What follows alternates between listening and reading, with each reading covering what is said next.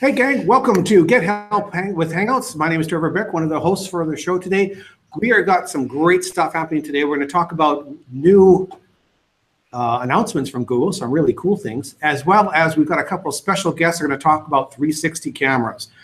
For those of us that aren't so lucky, we get to play with our Street View and do all the capturing in one frame at a time. But we've got our guests that are going to talk to us about what they do with their thetas and whatever device they're using, but also how they're going to incorporate that into their education or some of the schooling and teaching that they're doing.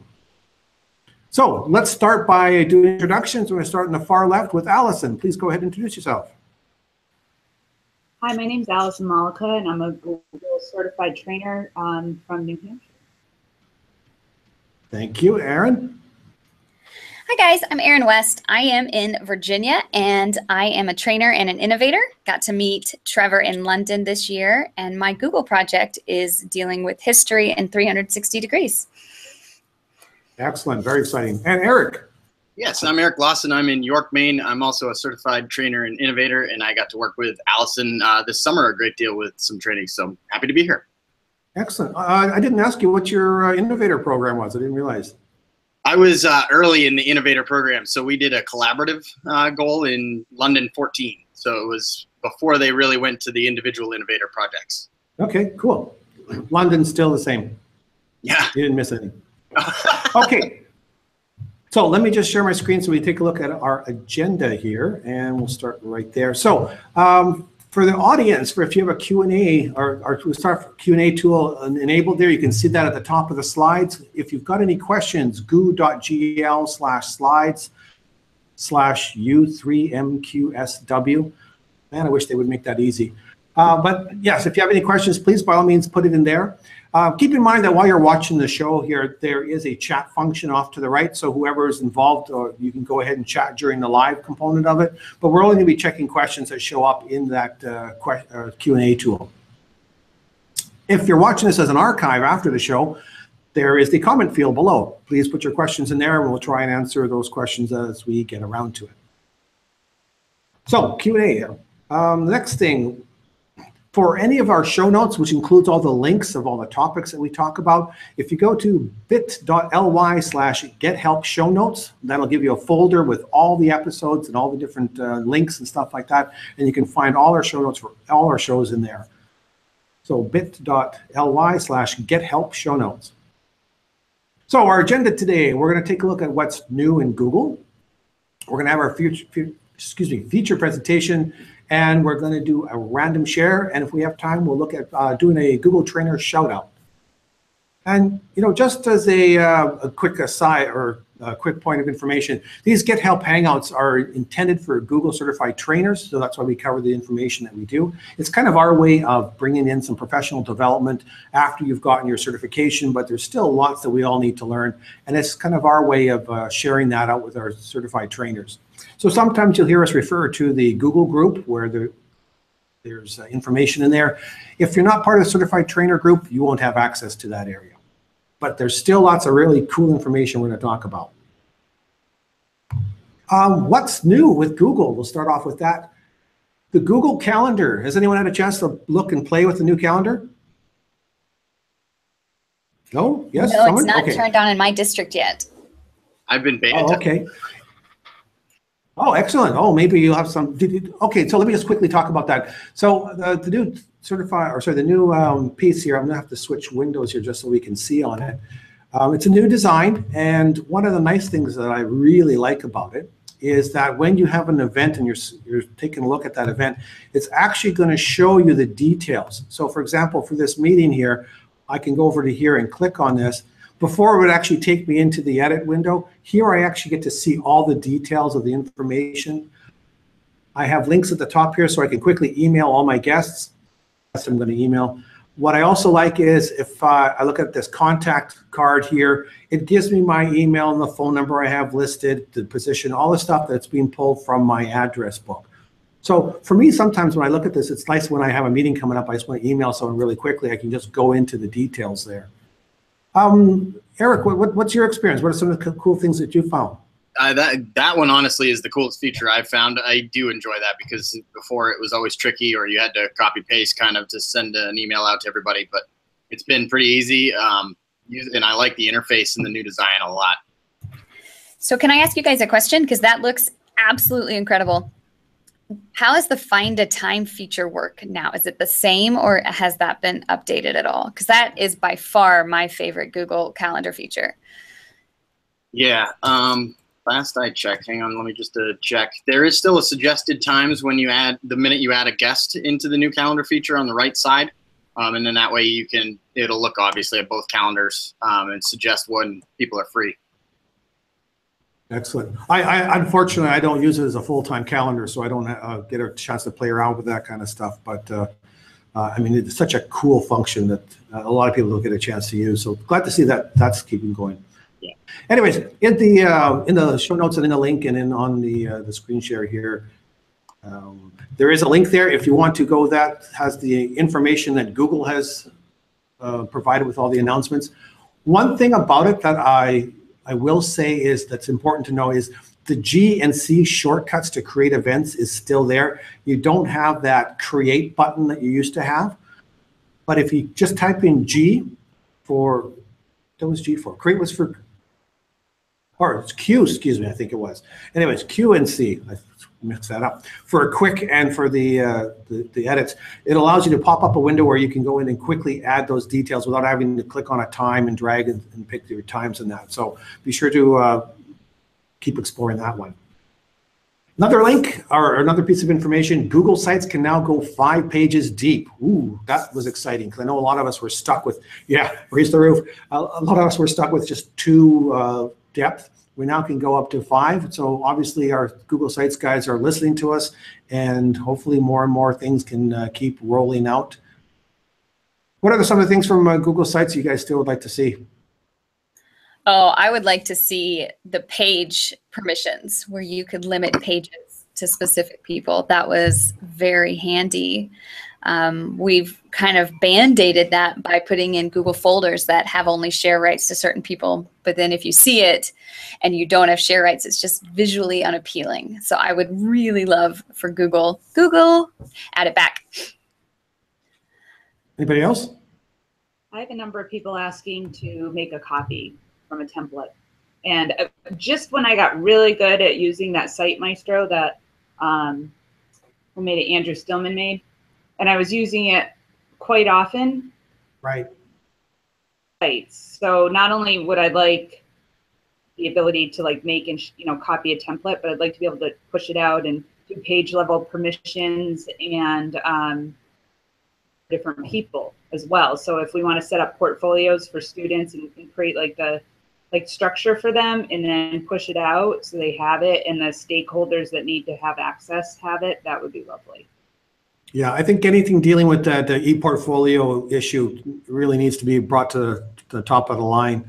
I'm surprised that they, fast track the whole mapping the domain to the website, but not, doing these other things that are more common. They said that Q4 would bring about a lot more than just the 5 pages deep. So optimize your font size when you need to. It's kind of limiting in terms of how you can set up a page with content. And if you have a website that has a lot of content, it's hard to make decisions about whether or not to make a new page or include it all on the same page because you have those limitations with text. Allison, I love that you said that. It just made me think of a whole nother thing that drives me crazy about news sites, and it's the lack of ability to modify the HTML and deal with the more advanced embedding codes. I think they're getting there. So I think that's tied for me. I'd like page level permissions and open up the HTML for us to mess with. It's so funny. I never thought I would miss features of the old sites. Right. Okay, let's next one, Gmail add-ons. So if you haven't looked at it, there's a whole whack of new add-ons that are available there. One that I really like is Asana. I use that a fair bit for like project management and stuff. They've got some, I think like telephone group calling and features and stuff like that. A lot of that's not available to us poor Canadians, or if it is, it's a very much expensive rate. But But it's beginning days, so who knows what's going to pop up there. Sorry, what's It that? looks like they're planning on having more options. It looks like there's going to be more options, I probably would have waited to launch it, waited until there were a few more options, but it's interesting that they're there. Yeah. Well, and it's I think some of them, like Asana was one of those preferred partners. Remember they announced that back about 5 or 6 months ago? Yeah. I wonder too if they launched them with like a few things so people would start filling out the feature request for what they wanted now that they got to thinking about how they could use add-ons in Mail, and then they can develop it from that. Yeah, I'm sure it also has to do with developers, like Asana's on there and Ring whatever it was. Ring Central, yeah. Yeah, so now all of a sudden we better get on there too. So I'm sure that's probably part of it. Google Prompt Default. Does anyone use two-step authorization? No? No. Okay. All right. I do. I use it a lot. What on an iPhone, what it does is it's tied in with Google's search tool. So whenever you try and log into a different website, I actually get a prompt on my phone saying, "Hey, is this you actually trying to log in?" So if you're interested in two-step authorization, I actually have a link there to a list of some of Google's videos that talk about two-step authorization, as well as the article on the Google Prompt Default.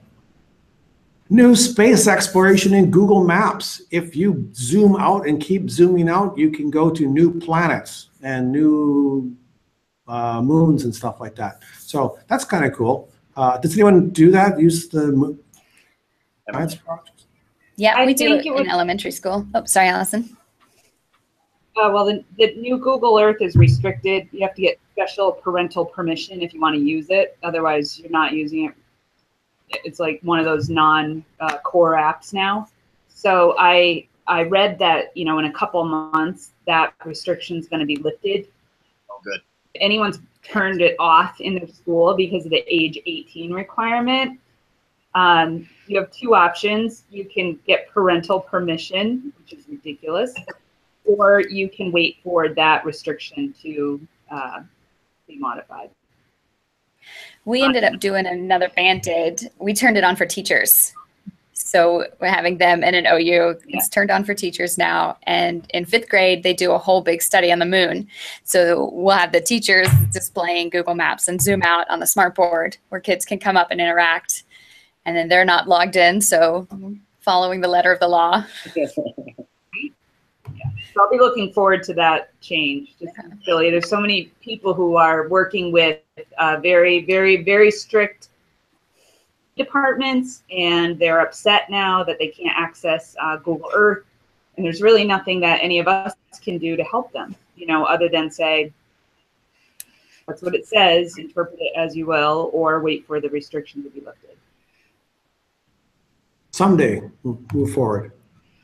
Okay, I think that is all we have for that. So we're going to talk about the feature presentation now. Just remind everyone that's watching, goo.gl/slides/U3MQSW. If you've got any questions, please put them in there. I'm pretty sure that once we start this next section, we're going to be hearing about that. So 360 images. What we're going to do is Eric actually has a Google Slam that he's done in the past. So he's going to start with that. And we're going to talk about 360 images and stuff. And we're going to talk about how that works with Street View. We'll start with that, and then we'll talk about these guys' projects and what they're using it for. So Eric, do you want to start first? Sure, yeah. You want me to just share my screen then here? Yep, you're in charge now. All right, perfect. Sounds good. All right. All right, can you see my screen okay? Yes, I can. All right, perfect. All right, so yeah, one of the things that we love about virtual reality is, of course, how immersive it is. But as we bring our Google Expeditions kit around our district, inevitably the kids and the staff always say, how do we create some of this stuff? And Google Expeditions does have sort of a way to do that. There's this form that you can fill out, and we'll put that in the show notes if you wish. But it's not the easiest thing to get into. So what we've decided is to kind of go our own route. And here's sort of the little hack behind it. I saw this on an ISTE blog. But we purchased a Theta 360 camera, which is running right around $325 right now. But if you don't have the ability to grab one of those 360 cameras, which take a full 360 photosphere at a click of a button or with a selfie stick and attach to your phone app. You can do it right from your smartphone itself.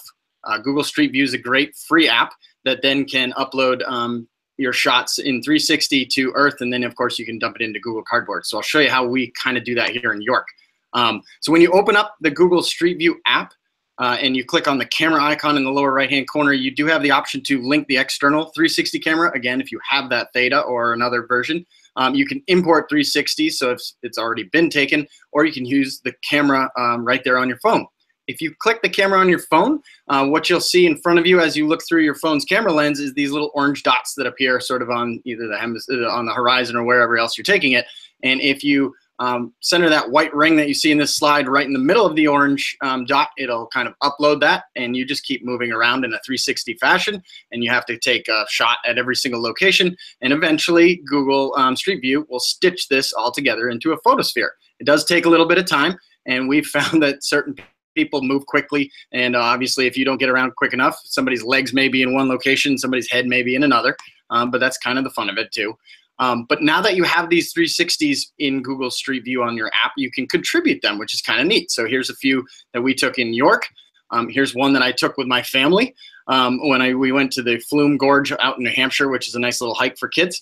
I used the 360 there. But once you have that all embedded, and the nice thing too is Google Photos will actually show you the 360, so you can spin around. It doesn't get distorted like that one. But also inside the app, here are some of the great features we love when we're creating. You can geotag where you are, and it'll obviously search for that if you're on a phone and it's already collecting that kind of information. But then you have the ability to publish. And also the excellent part about it is you can detect faces. So in this picture, that's myself, my 2 daughters, and my wife. It detected those faces because I have those in my contacts, but it would blur out anybody else's faces. Nice, great feature, so I don't have to walk around and make sure I have permission for everybody to be online. And then I can upload them or publish them. And from there, or within the app itself, even before I publish it, I can pop it into Google Cardboard view, so I can see it through almost like the 3D lens, the stereoscopic view, or I can click that one right next to the red arrow, that what Google calls the magic window mode, which is kind of like that Facebook 360, where once you do that, you can just spin around and sort of see it. So here's a picture at the top of Cannon Mountain, where I was in 360 mode, and of course it doesn't do you a whole lot of good here online, but I'll promise you inside the Google Cardboard it does look pretty fantastic. And then I can even upload it so that when somebody is at Google Earth here and it drags Penman down, hopefully I get the right one, and I drop it onto a Street View option. Here I am at the Flume Gorge here in New Hampshire, and there's a picture of myself. But yeah, here's the gorge itself after taking the picture, and it's live for everybody to see. And that is my demo slam for 360. Can we talk just for a second about the Google Photos? Because at one point in time, I had the 360 going. Yep. Because I'm using the camera and uploading stuff. And it used to show up in Google Photos, and then it didn't. Right. Now, I noticed that there's a new setting in the app here that says, let me just find it here. Save your album on your phone? Yeah, save your album on your phone. So if I save my album to my phone, does that now get loaded up to Google Photos, assuming I got the Google Photos syncing? Or was it something that was built in before that Google suddenly took away? Or am I just missing something? Yeah, no, I was syncing mine to Google Photos. So literally anything I take on my phone literally goes up to my Google Photos account. And when I either linked my Theta or did the Google Street View app, it would just jump into Google Photos. And when I looked at those, instead of having that distorted view, the nice thing was I could drag it around and look at it in 360 view. Right. Okay. So is that a setting from Google Photos? Is that and is it your phone, or is it because you're a Samsung and I'm an iPhone, or? No, I'm an iPhone as well. So I believe when we set it up, and I'd have to double check one of those pictures again to see if it's changed recently. But yeah, the last time I checked, I was still able to see everything in 360 and kind of zoom around. And all I have is a movie right now. I don't want to necessarily. That's okay. That's right. No, I'm just showing my screen right now here. So this is the setting. So the one I was this one, no, second last or third last, which says save to album on your phone. So I suspect once I do that, then it's going to automatically take that with Google Photos uploading it. But yeah, one of the nice things about it, even if you did your private photos, I found, So I didn't publish them. They would still get saved to Google Photos. They would get saved to Google Drive, so I could still share my Google Photos with people without actually having to publish them to Google Maps or Street View or anything like that. Right, which is kind of cool. Yeah. So yeah, that's one of the big things that we do. Oh, I won't interrupt, but we deal with student things. So when we're working with Street View, we generally don't publish them. We keep them private, and then they have the ability to email your pictures. So the little arrow with the box. So they take it on their phone and then they send it to their email, and then we manipulate it from there, just to keep total student safety. Yeah, that makes sense. Right.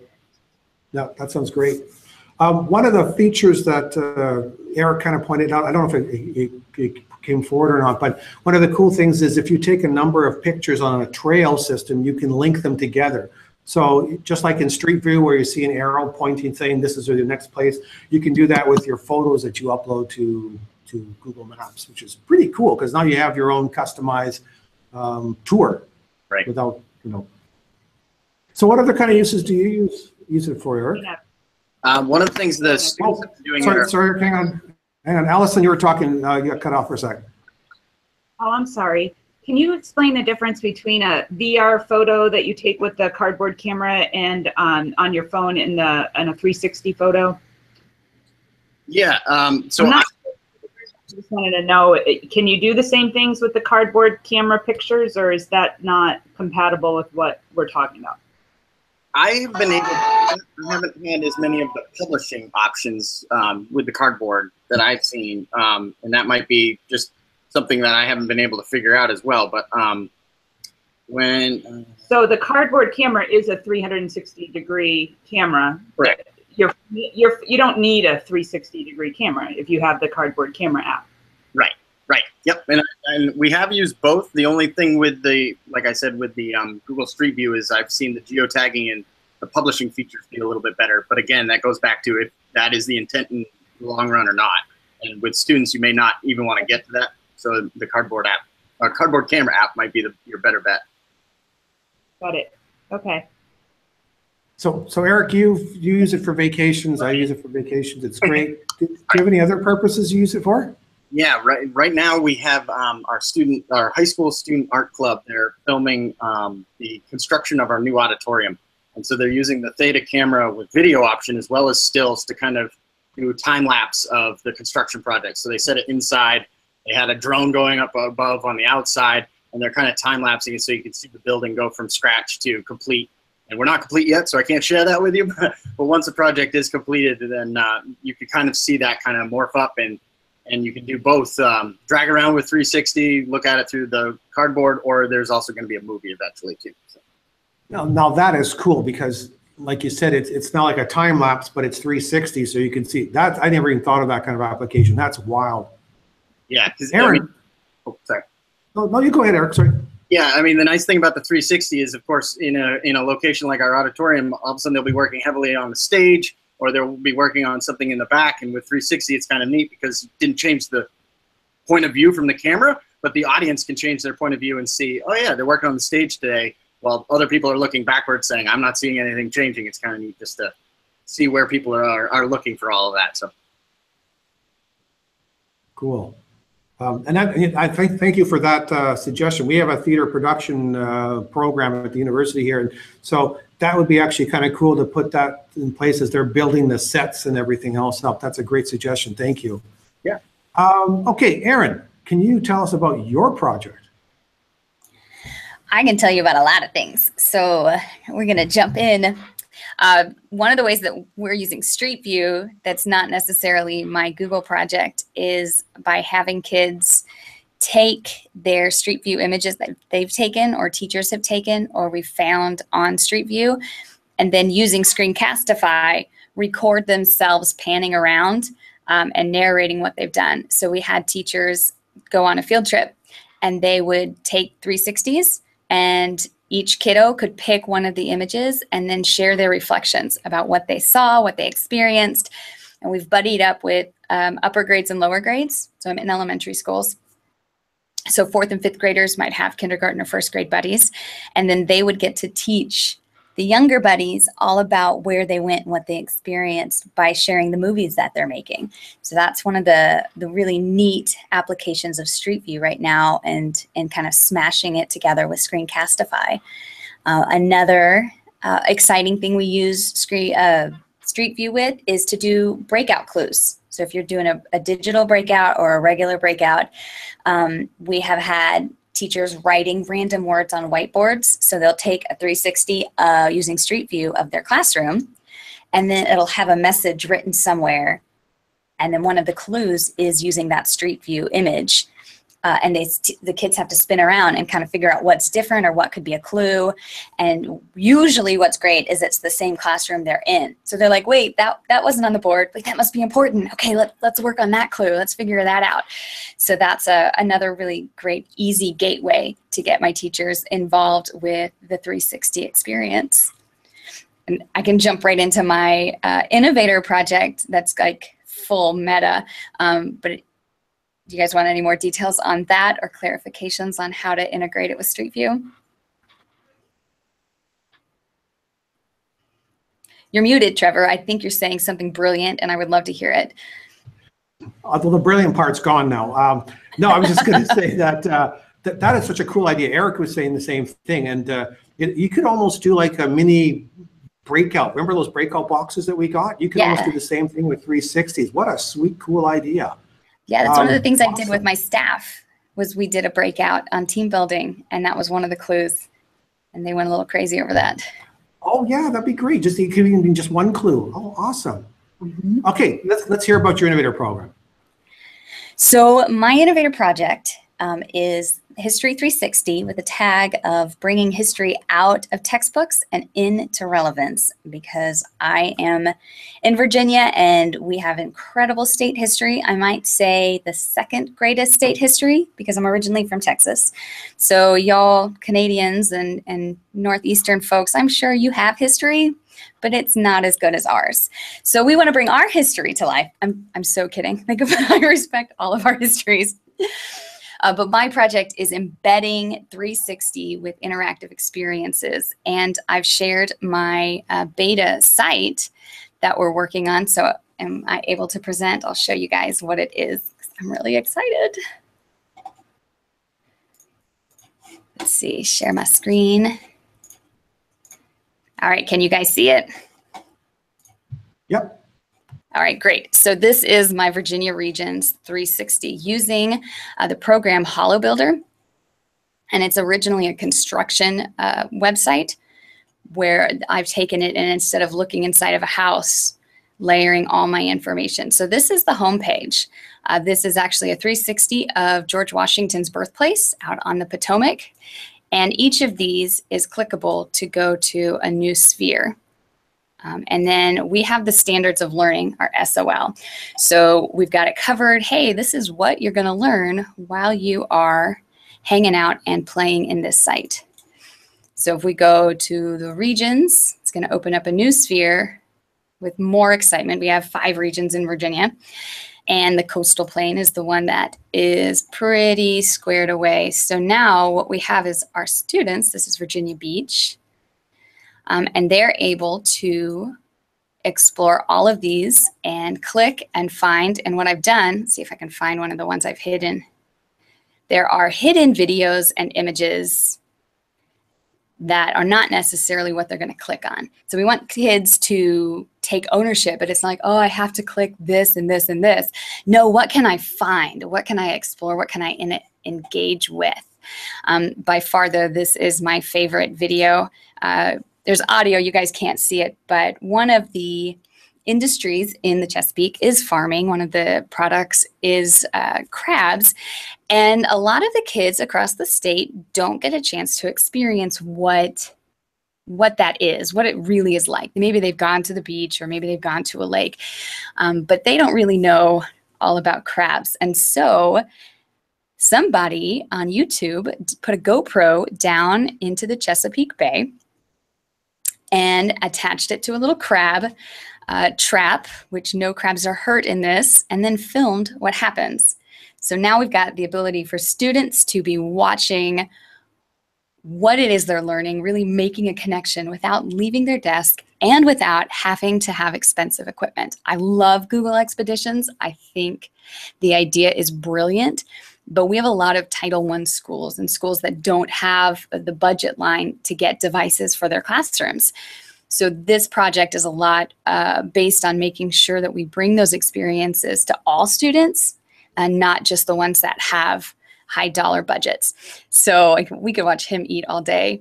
I showed this to a teacher, and if she's watching, I'm so sorry I'm telling the story, but she giggled and said, I didn't realize that crabs use their claws to eat. Like, she would never going to look at eating crabs again the same way after watching this. So that is kind of where we're going with this. The idea here, I'll know I'm successful. We're very big on success criteria. So we're flipping education and putting the students in the driver's seat. They need to know where to stop or how to get where they're going. So they'll know that they're successful if they can do those things, and then they're ready to move on. I am so excited about this project and passionate about where I think it's going. And I may be a little biased, but I think it's pretty sweet. So I am so glad that I got to debut this too with you guys and with the trainers that are watching, because we're the best kind of people out there. We're go-getters, we're Google trainers. Let's do this. That is very cool. Thank you for sharing that with us. Eric, do you have any questions? No, I think that's great. I can't wait to browse the sites more and see where we're going with that. It's awesome, Erin. Great ideas. Thanks. Thank you. Yeah, some really cool applications. I like the hidden video stuff where people are searching for things that aren't necessarily in your face. So that's kind of cool. I don't see any questions coming in yet, but if they do, we'll be sure to pop up something really, really quickly. Anything else that you guys want to talk about as far as 360s or anything? Just get out and play with them. People get really intimidated and think they have to have technical knowledge, and the Street View app takes that all away. Really just jump out and take a Street View, the back of your school, in your classroom with your students, learn together. Right. The ideas just start coming at that point. Yeah, we had a group of middle schoolers that wanted to do a 360 tour of their school, so that by the time the elementary kids were getting ready to come up, they could almost tour it virtually before they got to the actual building, which is kind of a cool project too. That is awesome. Well, especially for a lot of those kids that have that trepidation of moving into a different area. Right. I mean, that's really cool to help out with that. Excellent. Thank you very much for sharing that, guys. Again, if you're watching this in the archive, please, by all means, make sure that you put your questions in the comments fields down there, and I'll make sure to pass them on to Eric and Erin. And I think we're going to move on now then to our random share section. So while we're still talking about this, the 360, I just want to mention a website called Story Spheres. Basically, it's taking those 360s and very similar to how Erin was attaching different graphics and stuff for visual pop-ups and images and text and video and that. These Story Spheres actually will have these place points where if you click on it, will actually give you audio that's been uploaded. So for example, it's a little bit different than what Erin's been doing with the Screencastify, which I think is very cool and simple. This is a little more complicated because you have the 360, you click on an area, and then a voice will pop up or a piece of a sound effect will pop up to talk to you about that. But I actually like your Screencastify idea much better, Erin, because it's just so simple and easy to do. It's a way to make it work. Keep it simple. Yeah. And so the History 360, Erin already did that. Thank you very much. That's the same one, right? Yeah, that's all I got working on right now. Okay. I have a share when it's my turn. Okay, I didn't get a chance to update the slide yet, so but I'm going to do Eric, and then I'm going to do you, Allison. All right. Eric, Google Presents Inside Abbey Road. Want to tell us about that? Yeah, I don't know if people know about this yet, but if I could share my screen here for a sec. I've got a website here, Inside Abbey Road, and I might have to mute it here because it gets a little bit loud, but it kind of blends. Welcome to Abbey Road, home to the world-famous studio. For the first time ever, discover what goes on beyond the doors. Google presents Inside Abbey Road. Yeah, so you literally can step inside. We'll do this in a sec. And you see the cardboard app too. So if you were to do this on your phone, you can do it through the cardboard as well. Welcome to Abbey Road Studios.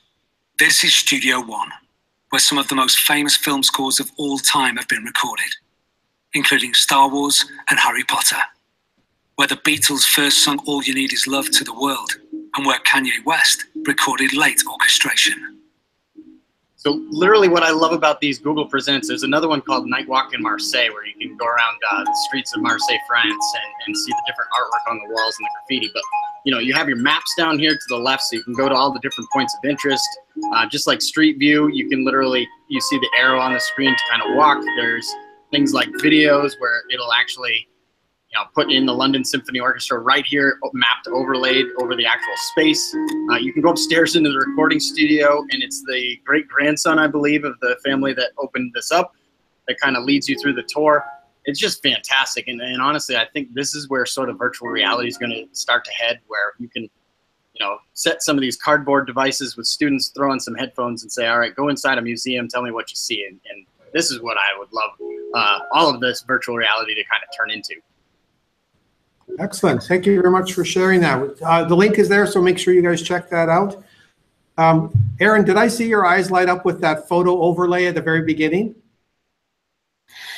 Maybe. I did the same thing. I looked at that. I thought, oh my God, look at the photo in the background, and that's a cool effect. One of my visions for this project that I'm working on was to overlay old and new at different sites around, and then eventually have go to Monticello and have a hologram Thomas Jefferson able to interact and talk in AI. I don't have that skill set. I have the idea, so I am both excited and also a little dejected that Google's already doing this. Yeah, but you know what? They've got lots of money, and like Eric said, a lot of people don't know about it. So you can be more popular than Google if you just promote it properly. That's right. That's right. That's the aim. Be more popular than Google. Allison, what would you like to share with us? Oh, I have a quick share. Let's see. I got to share my screen. It's not a googly thing. I'm doing it to support our troops. Because you're all in schools and Halloween is here and there is a boatload of candy everywhere. So now's the time to collect that candy. So you can go to the Operation Gratitude. You can go ahead and Google it, or just go to opgrat.wordpress.com. Or go to, let me see, Operation Gratitude. Right now you can collect candy, but you can collect other items too. You have until November 15th to collect the candy. And then you can look and find where there is a drop-off point near you. If you have students that need community service hours, there's other resources here as well. They can make a survivor bracelet. I think they get 1 hour of community service for one bracelet. But at the very least, you can collect candy. You know that your staff probably have children getting a lot of candy that they're just going to be looking for a place for. Ask them to bring it into school, and you can collect that and send it out to our troops. They love to get care packages, and candy for the troops is it's equivalent to a Friday afternoon beverage for many of us teachers who are lucky enough to be able to go home and do that. So think of your troops, think of the folks that are out there risking their safety so we can be safe, and see how much candy you can collect for them. That's my share today. Excellent. That's a great idea.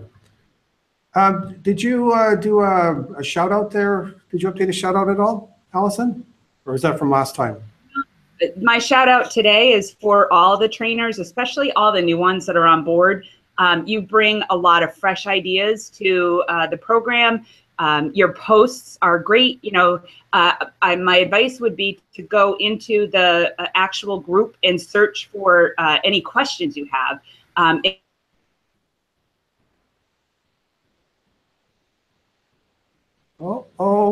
Everyone stay in the know. Sorry, Allison, we lost you after everyone go and search the group. Oh, an important point.